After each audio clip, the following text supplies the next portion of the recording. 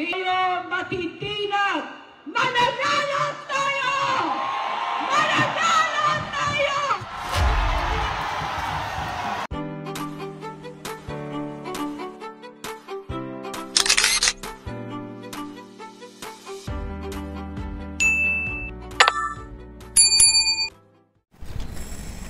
Welcome back sa aking YouTube channel, Jervis TV Manila. Like, share, and subscribe. Shoutout po sa mga Iskoynians na patuloy din na sumusuporta sa ating channel. Maraming salamat po at mabuhay po kayong lahat. Alright? So, topic natin po today sa video. Naku po, no? Si Mayora, desperada na. Gigil na sa kampanya para talunin si Boss Y. At no, itong si Spamby, walang kalatoy-latoy, no? Boring ang kanyang pangangampanya. Kabaliktaran yan, no? Sa kanilang dalawa, si Boss Y, paglabas pa lang, talagang naghihiyawan ng mga tao, tumitilunan, sigaw dito, talagang lalo pang dinudumog, no? Kasi dito po talaga nating makikita kung gaano nga ba kalakas ang isang botante, lalo na ngayon talagang panahon na ng kampanya. So, narito na, bago po natin na ituloy ang ating reaction, panoorin muna po natin itong si Mayora. Pasok, Mayora. Nasa ating pamilya, walang iwanan! Dahil ang nang iiwan ng pamilya, nang iiwan ng sambayanan! Isa pa. Nasa ating pamilya, walang iwanan! Dahil ang nang iiwan ng pamilya, nang iiwan ng sambayanan! So yung po na napanood yun, no? Ang nang iiwan daw ng pamilya ay nang iiwan ng sambayanan. So alam naman natin kung sino mga pinapatungkulan dito. Siyempre si Boss Y yan. Dahil nga iniwan sila, no? Mayora, bakit nga ba iniwan kayo ni Yorme? No, unang-una, nakita po ni Yorme na pinabayaan mo ang Maynila. Kaya ngayon, no, sumisigaw ang batang Manileño na bumalik ka na. Di ba? Yan po yan ang katotohanan. Di ba? Sa matagal na pagtulog, na mahimbing, no, itong si Mayora ay biglang nagising nung malamang tatakbo itong si Boss Y. No, ang katotohanan po niyan.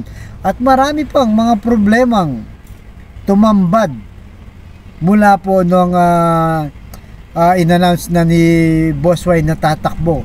Nag-ikot-ikot siya. Nalaman ang problema kung ano-ano, di ba? Sa health department, sa basura, sa krimen. Ay yan po ipawang mga fact check po, ano, mga factual. Talagang totoong nangyayari, meron tayong data dyan. Matagal na natin yung kinakampanya. Kaya talaga ngayon, wala nang magawa itong si Mayora kundi manggigil na lang. Kasi ramdam na po niya, no? Lalo na ngayon, guys, no, mga ka-Iskoynians, ramdam natin na ang suporta ng mga batang Manileño na kay Boss Y po. Nakita nyo naman po siguro, no? Yung mga ina-upload natin, yung mga nila-live natin, dinudumog po talaga. Kahit saan po kami magpunta, nila Boss Y, dumog ang tao, mapakampanya, no? House to house, napanood nyo naman siguro kahapon, no? Yung house to house natin, talaga na mga jam pack, sumisigaw yung tao, talagang iba, no? Iba po yung karisma o pagmamahal ni Yorme. Kaya ramdam po talaga natin yan. Sa ground po, talagang kitang-kita po yan. Sa mismong mga bahay-bahay, mga kalye survey, di ba? Lahat po yan. Talagang kahit sa ang anggulo, panalong-panalo po, no? Tayo si Boss Y. Di ba? At ito namang si Spamby, no? Na nagpapakilalang Superman, sabi ni Boss Y. Walang kalatoy-latoy. No? Pag pinagmasdan mo yung mga audience niya, mga ka-Iskoynians, talaga na mga boring, no? Hindi mo maramdaman yung pagmamahal sa kanya. So narito po na panoorin natin itong si Spamby. Ito na.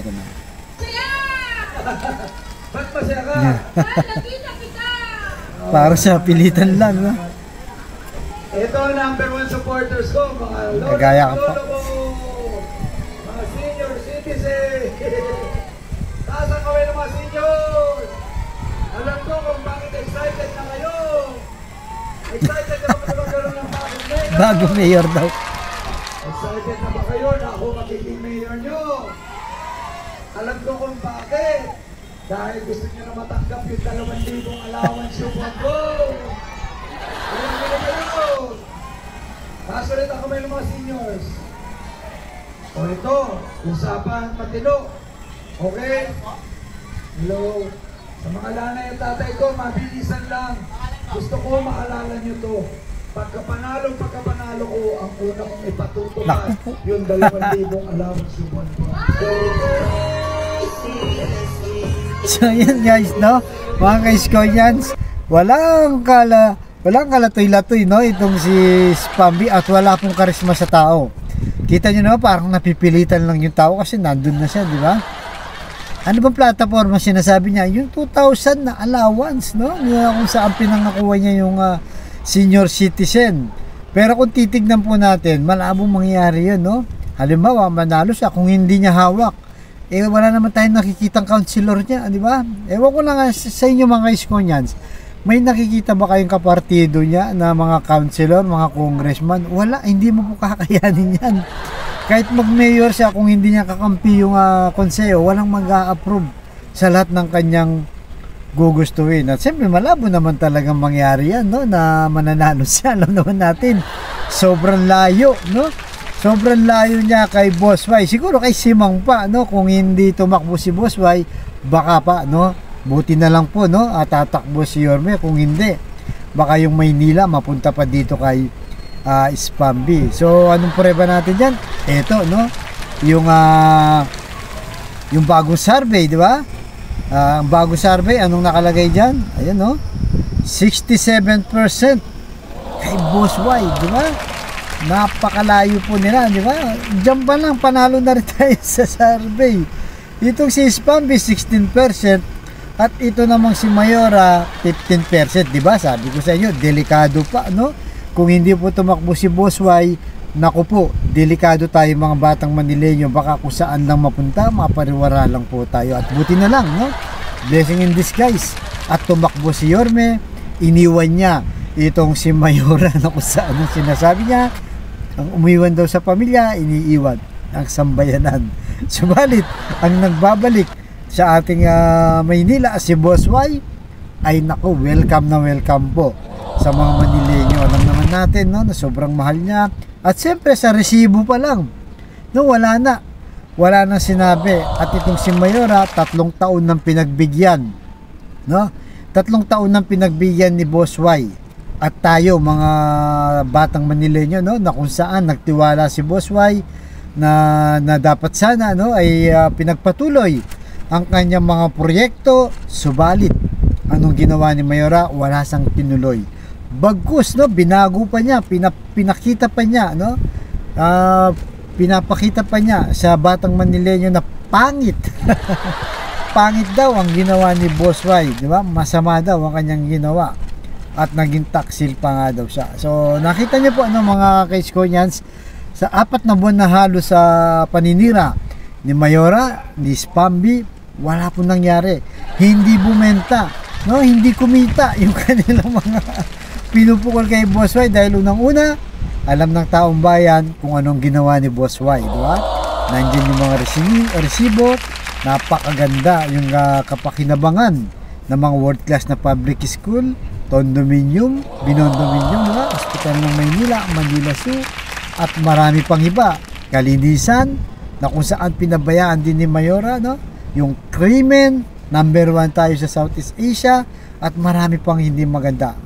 So, ibig sabihin, talagang pinabayaan po ni Mayora. At nararapat lang po, no? Deserve ni Boss Y na ibalik po natin sa Maynila. Kasama, siyempre, no? Si Ma'am Chi at siyempre ang kanyang Vice Mayor. Huwag po natin kalimutan. At ang buong Yorme's Choice, no? Isiro po natin lahat ng kanilang mga kalaban. Kailangan mabigyan natin ng kakampi si Yorme para mas mapabilis ang mga proyektong ilalatag niya o o gagawin niya, no? Na alam naman natin pag nangampay niya si Yorme, alam natin hindi siya nambobola, no?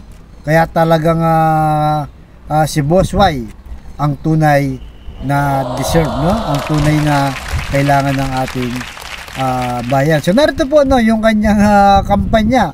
Napakalayo nung kay si Mac. Kung gigil na gigil itong si Mayora, wala naman nakikinig. At walang kalatoy-latoy naman itong si Spamby. Pagdating kay Boss Y, paglawas pa lang, iyawan na ang mga Manileño. Right? So narito po, no, panoorin natin sabay-sabay. Right? Pasok, Boss Y.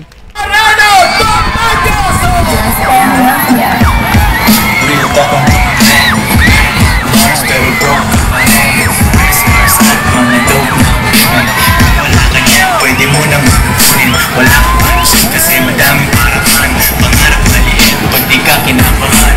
Sa tubi mo pero di dahil sa chicks. 9 sa 4, minute 5 hanggang 6.